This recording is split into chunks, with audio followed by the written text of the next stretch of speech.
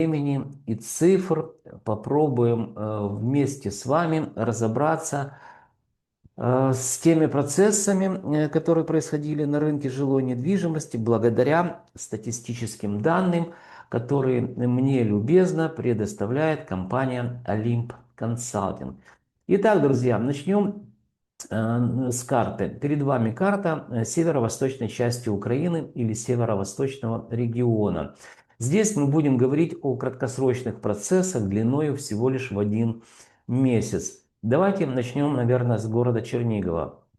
Хочу обратить ваше внимание, чем, в общем-то, северо-восточная часть Украины, так сказать, отличается. Ну, само название, да, географическое, мы видим, что вот здесь на карте вы хорошо видите, если видите мою указку, вот это приграничная, получается, территория или области, да, с Белоруссией, это Черниговская область, она с Белоруссией, так сказать, граница есть. Дальше немножко там, по-моему, переход один с Брянской области есть. Также есть у нас Сумская область, граничит с Курской областью, Харьковская также видим. То есть это приграничный, по-простому прифронтовой регион.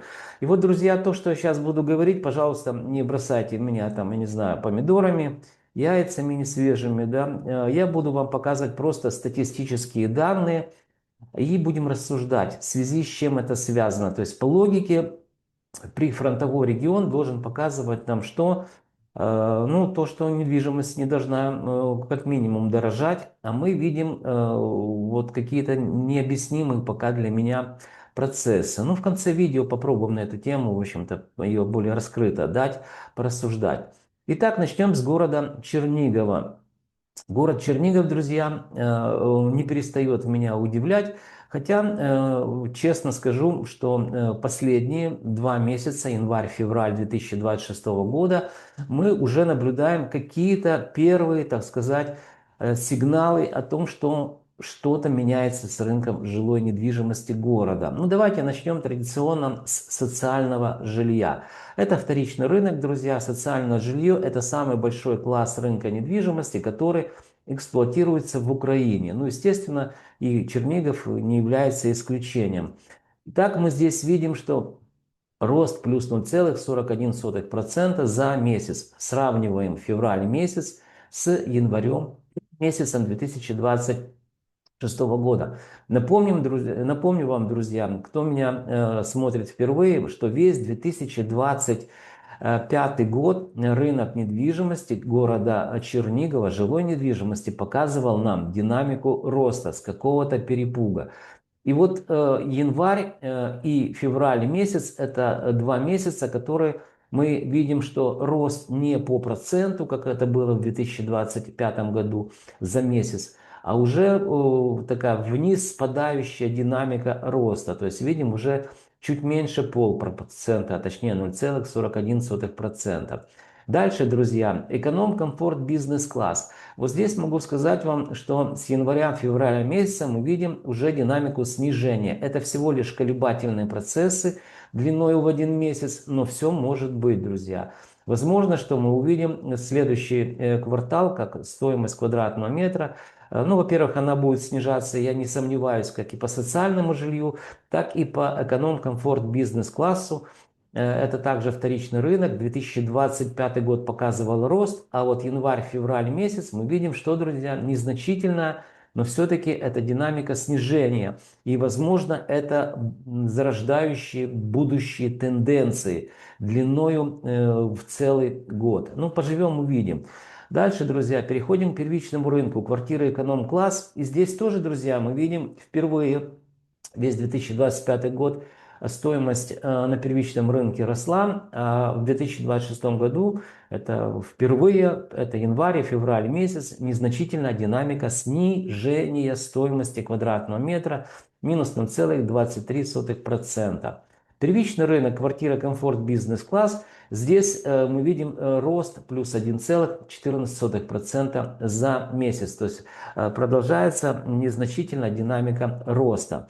Итак, видим зарождающиеся тренды, я это всего лишь предполагаю.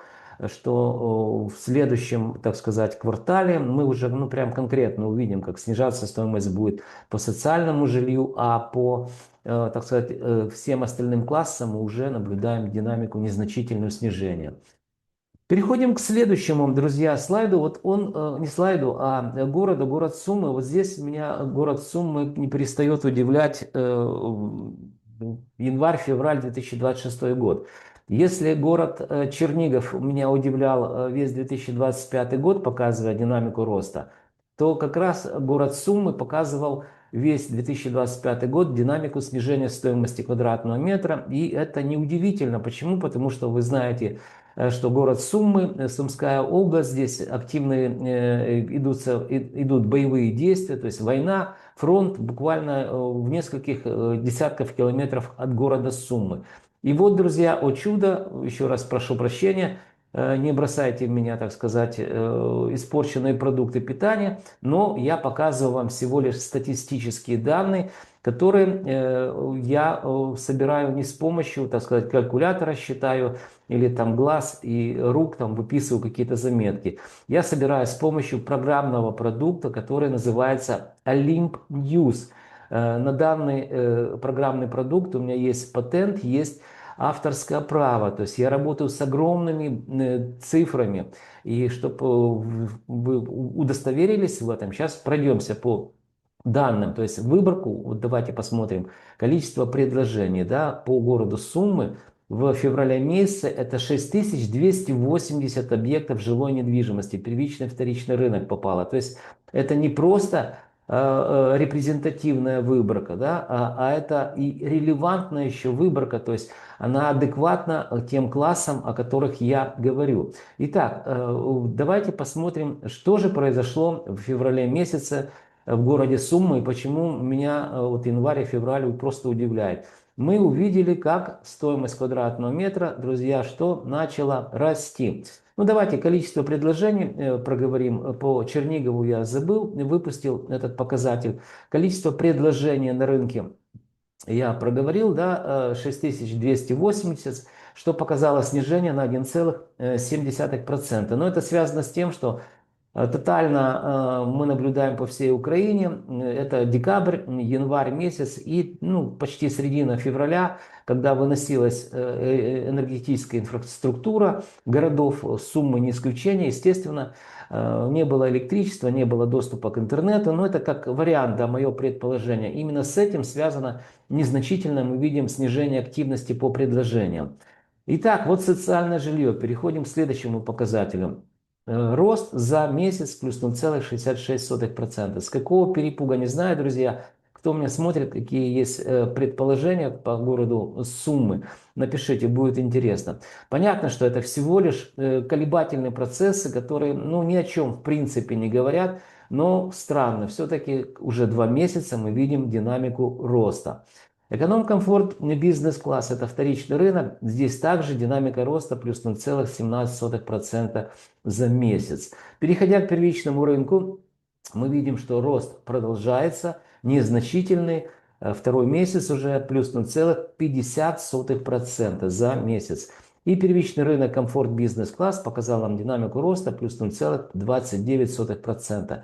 Напомню, прифронтовой город Сумы, где буквально в нескольких километрах от города Сумы фронт. Ну, напишите, с чем это связано, мне будет интересно, если у вас есть соображения. Еще раз повторяюсь, выборка огромна, она репрезентативна, и ошибок просто не может быть. Мы работаем с интернет-порталами, которые берут деньги с людей за объявления, которые те публикуют. Я не думаю, что 6200, так сказать, объявлений платных, да, показывали какие-то там эти самые... Ну, люди давали за свои деньги нереальные стоимости по предлагаемых объектам недвижимости выставляли. Это исключено. Итак, переходим от города Суммы к городу Харькову. Город Харьков, друзья, на протяжении 2025 года прифронтовой город, показывал тоже динамику роста. А вот тут смотрим, что-то начинает происходить, я предполагаю, с недвижимостью. Ну, во-первых, давайте по количеству предложений, которые попали в выборку, чтобы вы понимали, насколько большие цифры, которыми я оперирую. Это 37 180 объектов жилой недвижимости, первичный и вторичный рынок, снижение минус 0,9% за месяц. Я говорил, что это связано с отсутствием электричества или отсутствием интернета, поэтому ну, активность немножко по предложениям именно с этим связана. Дальше, друзья, смотрите, социальное жилье.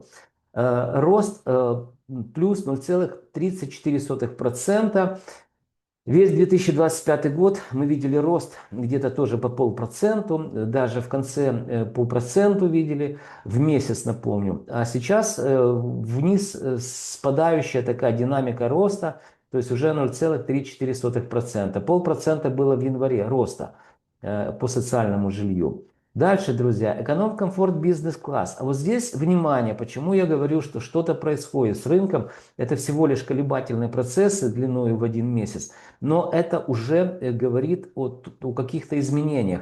Эконом-комфорт бизнес-класс, вторичный рынок подешевел впервые, друзья. Весь 2025 год мы видели рост. А вот январь-февраль мы видим впервые 2 месяца в 2026 году незначительное снижение.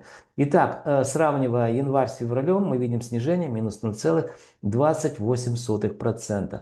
Первичный рынок квартиры эконом-класс, друзья, также снижение минус 0,36% за месяц.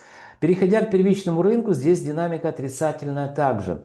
Минус 0,11% это квартиры комфорт бизнес-класс. Ну и первичный рынок квартиры элитного класса, снижение за месяц минус 0,07%. Итак, подводя итоги по городу Харькову, продолжается незначительный рост по социальному жилью, а все остальные уже классы, включая первичный рынок, мы видим, что отрицательную динамику.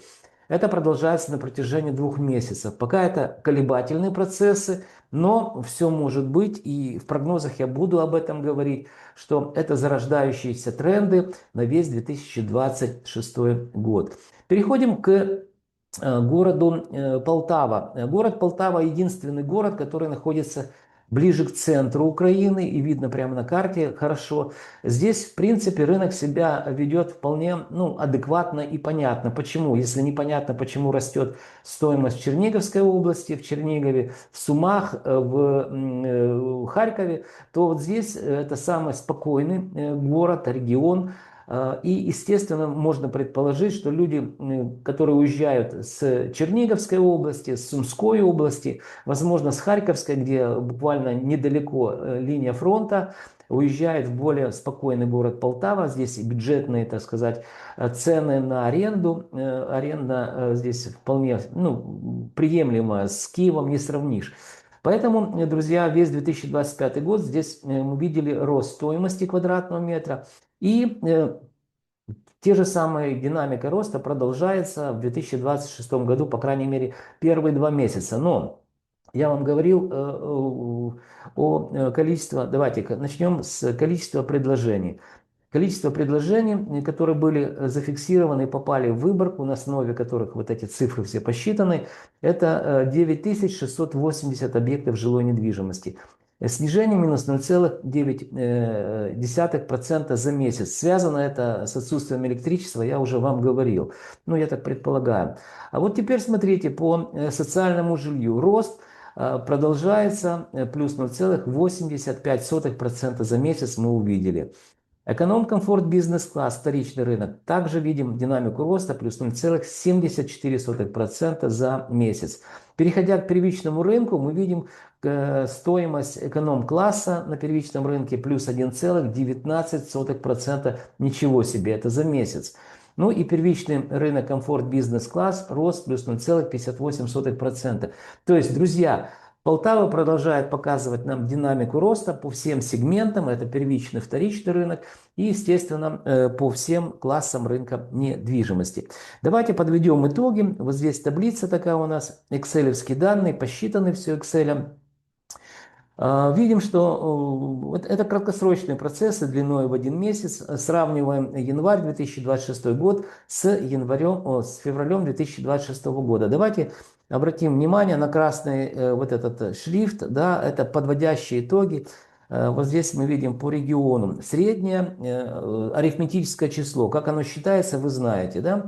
Это $534 стоимость квадратного метра. В целом, друзья, по региону. Сравнивая февраль месяц с январем 2026 года, мы видим динамика роста плюс 0,57%, индекс положительный, единичка, запятая 0,06. То есть за месяц практически по социальному жилью, это самый крупный рынок и класс на рынке жилой недвижимости, мы видим динамику роста в 0,5% где-то.